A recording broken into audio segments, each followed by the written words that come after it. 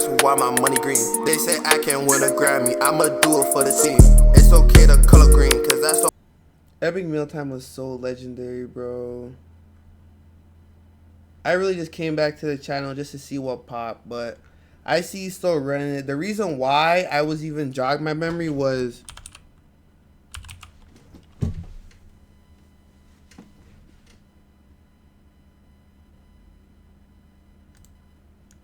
does anyone know what this is?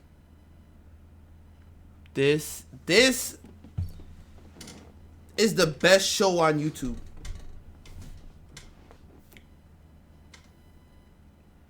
This is the best show on YouTube. If you don't know what rocket jump is, nah. You guys don't care.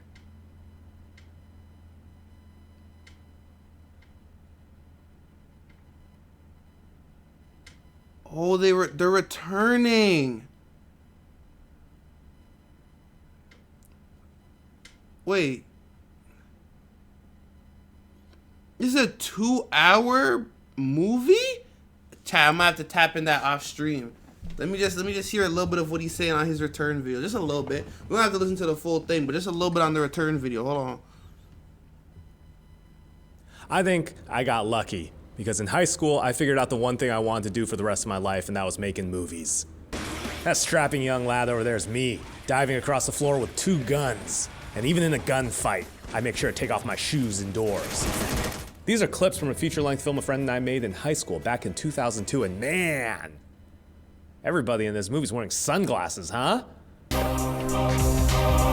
2002 was a very clutch time to start playing around with After Effects and Final Cut Pro. Along the way, making movies has intersected with other pursuits, such as my brief yet fruitful career as a stone-cold, globe-trotting Guitar Hero professional. Angels and Airways, Flyleaf, and some. He was actually a Guitar Hero professional? I didn't even know he was an actual Guitar Hero professional. What? He actually was a Guitar Hero pro. Bastion Bach after this. Yo, that's why during VGHS that nigga was actually a legend, because he actually was a legend. Now that's crazy. Hard Rock in Times Square, don't go anywhere. This is about as serious as it gets. That's my gold medal from the World Series of Video Games from 2007. I keep that around to remind me of how good I am at Guitar Hero. But even though I was one of the most electrifying pro gaming personalities of all time, behind all of that was a desire to make entertaining videos. Like this one, the first video brand I made freshman year of college, along with our friend Pat. And this is the oldest artifact I have from the pre-YouTube days. A tintype photograph of me in a bear costume. Back then, Nico, Sam, Brandon, and I, and later Matt, lived and worked out of a former paint factory on a dead-end street in the industrial part of LA.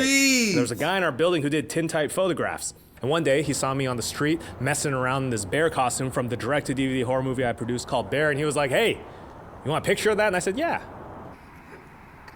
This unassuming dead-end street was where we all got our start. It was completely empty after work hours and also on the weekends, so it quickly became the backdrop for numerous visual effects experiments, action shorts, full-on fights with realistic weapon props. In those days, we could get away with basically whatever we wanted, and nobody would call the cops on us. So we started working on the Freddie W YouTube channel in early 2010, which was, in retrospect, a clutch time to start a YouTube channel. And by the end of the first year and nearing 1 million subs, I'm not gonna lie to you, if I really locked in on YouTube back then during like 2010, 2015 type times, it'd be a different situation right now.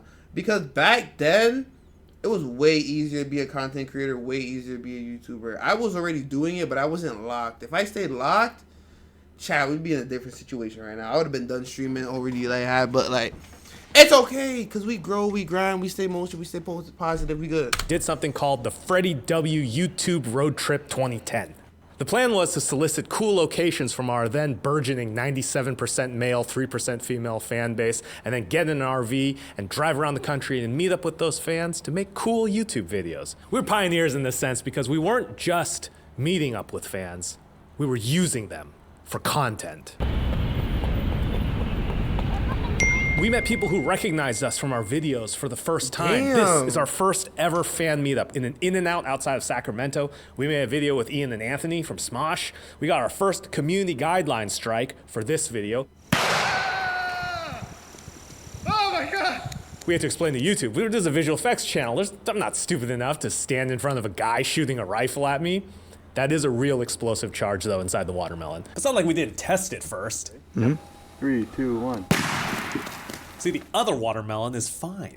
We also made our first viral video, future first-person shooter. It's kind of weird. I have to run in a weird way. They're On our Canadian? YouTube channel, we were always pushing ourselves and trying new What? things. Because we wanted to learn I as didn't much even as we know they could were about Canadian. filmmaking. Remember, I didn't get into movies because of YouTube. I got into YouTube because I wanted to make movies. So in 2012, we made Video Game High School. Kitty, move. Kitty, move. And you know what? I'll say it. That show's pretty good. That show was amazing! Nigga! That show was amazing! Video Game High School had plot, story, drama, action, fighting. It had everything you needed in a show. Bro, that shit had real character development too, and it was just hilarious. That was a W show, I don't care. I think it's fair to say it's a cult classic now. I don't know if I get to say that. It'd be like editing your own Wikipedia page, but you know. This time we're watching VGHS, which is my favorite thing in the world.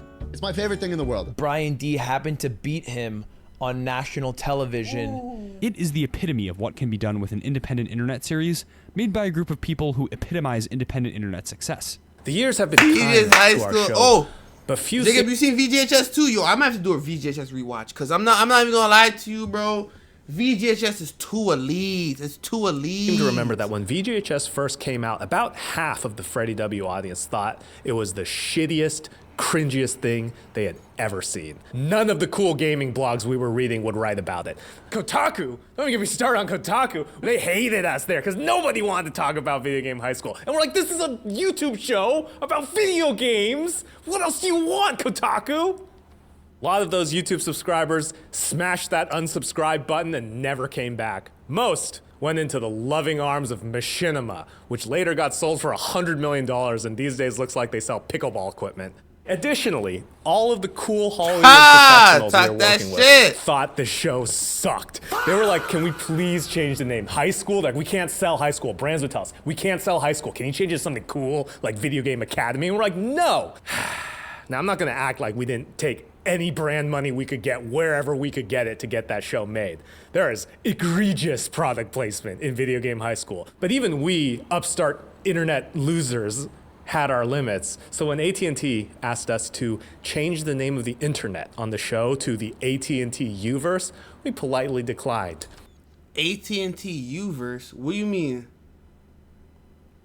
Why would I do that? That's so... No, that's like...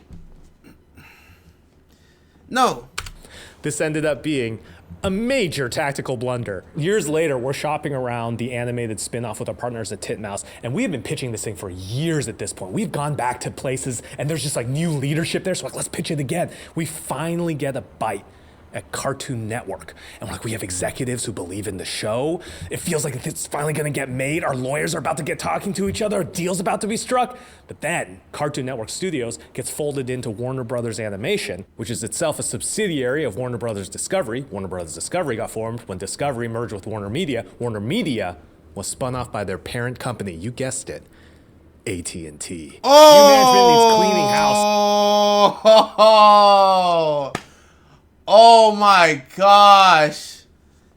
Of course it came back. And staff reorganization, so our little project fell by the wayside. They would get their revenge in the end. We made 3 seasons of Video Game High School. Brandon would move on to create several seminal works in VR gaming. We renamed the channel Rocket Jump, made more videos with very cool people, got on a couple late night talk shows. We got entertainment lawyers and representation. We start going to pitch meetings around town. We made 2 shows with Hulu, none of which got second seasons, which for all of you industry veterans out there will know that means those shows didn't do very good. We pitched movies to, in no particular order, every streaming service you've ever heard of, any production company that would take our meeting, YouTube, Snapchat, Xbox, Yahoo, Verizon, Go90, Quibi. We couldn't get a show with Quibi. Everyone got a show with Quibi. Damn, you can't get a show with Quibi? Not even Tubi? Oh, they didn't want your shit at all. Cause hold on, you can't get a show with Tubi, nigga? Hold on. At least he tried, cause VGHS was a show. I don't care if anyone wants to disrespect that show. they should have had the opportunity to really produce that. At one point, I flew to China for 2 weeks to pitch Chinese media companies, which, by the way, caused a minor conspiracy theory that Rocket Jump had been acquired by Chinese media companies, to which I say, bro, I wish. At one point, we were in talks with Steam. We were talking to those guys for months. And one day we hop on the phone with them, and they're like, yeah, sorry, we don't have the power to make that show. So much for flat organizational structure, huh? You want a true tale of Hollywood woe? Let me tell you about The Witcher. We're big fans of the games and the books. Nobody in Hollywood knew what The Witcher was. We got connected with the people who had the rights. Now, originally, they were planning on making it as like kind of a smaller-ish budget feature film. We read the script and we're like, no, guys, do it as a series. Follow the books, start off with the short stories. We laid out what the first season could be. We convinced them on that. We got our materials together. The director flew in from Poland. We pitched it all around town. We went to Amazon. Amazon had another fantasy series in development. Wonder what that could have been. I leveraged every contact and every ounce of credibility I had. We got in front of the head-ups at Netflix. And to be clear, like, we're already in over our heads on this deal. Like, we didn't think we were gonna really get much out of this because, you know, we're kind of Johnny-come-lately to the party. So we pitch it all over the place. We don't hear anything. Months later, we hear they're doing it. And of course, we're nowhere near this project, which is fine. We get it. It hurts. It sucked. We put a bunch of, work into it. But that's Hollywood, baby. That's just how it goes. But then our agents were like, whoa, hold on. Weren't you guys a part of this? We're gonna get you a credit. And I was like, okay, yeah. That'd be cool, go for it. Little did I know that I'd greenlit a napalm strike on every bridge that I had. They called the producers, they called Netflix, they called everyone involved in the original project, and they just yelled at everyone. They yelled at everyone so long and so hard that to this day, I'm unsure if Netflix is cool with me anymore. 2 weeks later, I'm at a Asian Americans in Hollywood event, and a guy I don't even know who works at Netflix, I've never seen this guy before, comes up to me and goes like, hey Freddie, hey, nice to meet you. Heard about The Witcher, woof. I'm like, what? Woof what? And then after that, we're like, well, that's not what we wanted to happen. Nah. Well, we should schedule a call with our guys and be like, hey, we need to talk about new representation. So we set the call up, and on the call, first thing they say, hey guys, this isn't working out. They broke up with us before we could even break up with them? Man, that's slick. Anyway, that's a short summary of the 5 years we spent killing it in Hollywood. That was his, like... 2018. Damn, that was his whole story from where he's been? They did him dirty. And The Witcher was made. They took his idea. Nah, that's I pressed crazy. upload on the Rocket Jump YouTube channel for the last time. That video, story break animated, procedurally generated romance novels, prophetically foresaw the rise of generative AI. It was also the final Rocket Jump video. Until 6 years later when we threw up the trailer for We're All Gonna Die.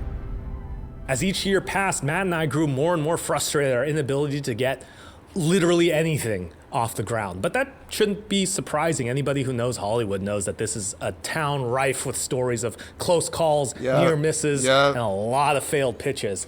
This is an industry full of people who have way longer careers, way more talented than us, who have had a much harder time getting things made. So like, we're not unique in that regard at all.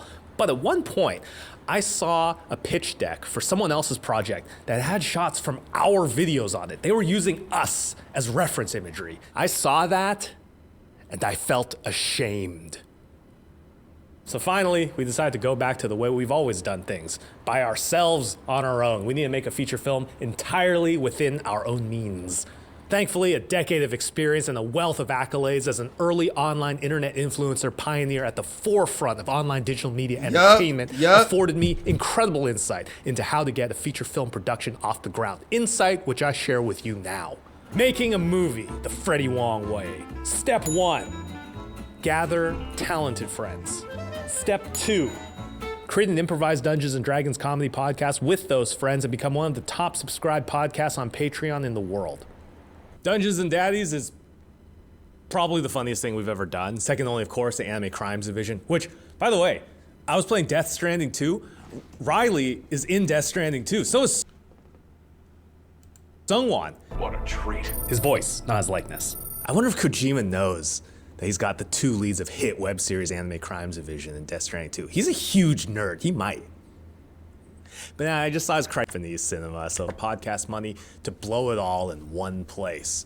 our first feature film, independently financed in 2022 in the middle of the pandemic, which in retrospect was the worst time to independently finance a feature film. With that movie, we got into our first festival, South by Southwest. We got to see firsthand how the tech bros ruined Austin. Also, Gordo's is the best donuts in the world right now, no question. After the festival, we did a small theatrical run, and now the movie is available for digital download and torrent, and I'm working on the Blu-ray as we speak. I have the check disc. I have to go make sure there's no errors on it after we're done here. I'm seeing all the receipts come in, and let me tell you, boy howdy, we're not making our money back on this one, eh?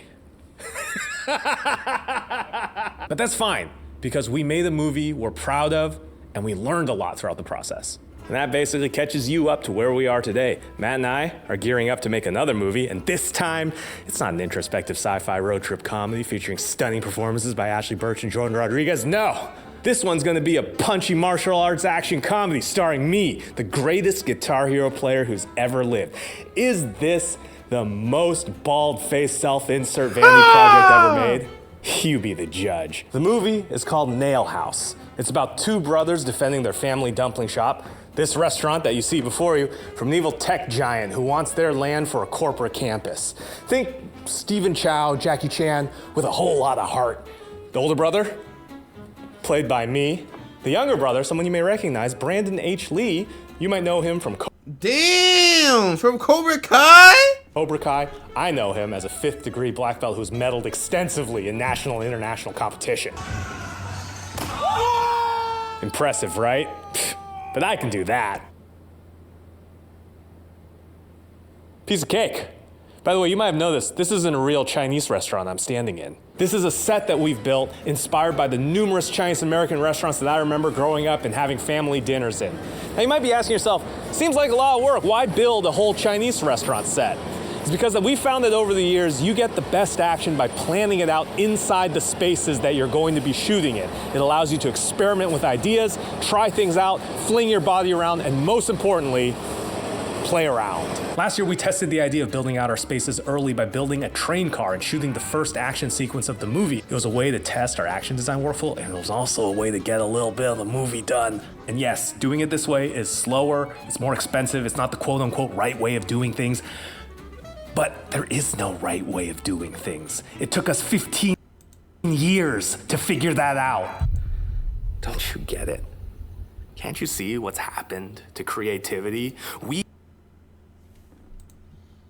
I see what happened.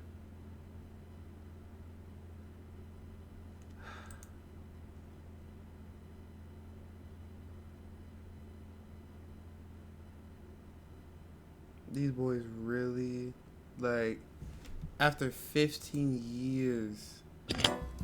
You're about to watch a proof of concept for our upcoming action comedy feature film, Nail House.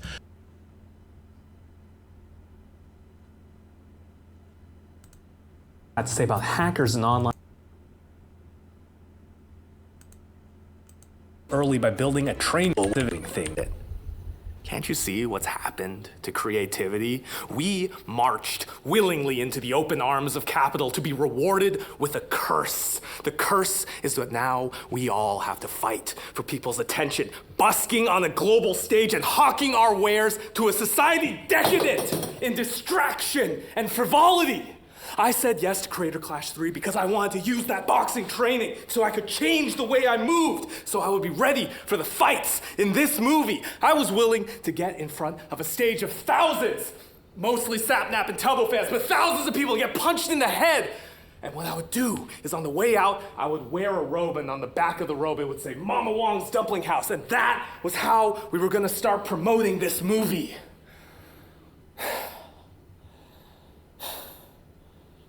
What dark extremes must we pursue now to be heard over the din of slop and machine hallucination? I don't know. I know only that this teapot is the exact type of teapot I remember, and it needs to be in this Chinese restaurant. I remember this chair, this green and this leather and this shape. I sat in a chair like this on my 6th birthday party and they brought me fruitcake. I remember these placemats with the Zodiac, Year of the Ox. I would read these while we were waiting for the waiters to bring us our food. Bright, patient, and inspiring to others. You can be happy by yourself, yet make an outstanding parent. Marry a snake or a cock. The sheep will bring trouble. We're gonna throw a small child off of this railing and into this table and through this placemat. You're probably wondering, Freddie, why now? Why not end Rocket Jump on a high note? Story Break animated, procedurally generated romance novels was one of the best videos you guys have ever made. Why come back? The answer is simple. I'm coming back because I've waited long enough. Long enough for some, not all, but some of our original fan base to become high net worth individuals. What's up, guys? Freddie Wong here. Perhaps you were tickled pink by Medal of Honor Cat and then acquired unfathomable generational wealth playing Minecraft. Or perhaps you're a fan of Video Game High School and cryptocurrency. Or perhaps you were moved by what the crying PC gamer had to say about hackers in online spaces and then became a financial dominatrix, or FinDom, and are now in charge of a diverse portfolio of perverts and are looking for new exciting ways to blow their wads. Of cash, that is. If this sounds like you and you want to help finance a feature film, have a look in the description. There's a link there to a Discord server for discerning individuals such as yourself. With your money, and preferably Alright, Rocket Jump, you got me, but it's coming down now.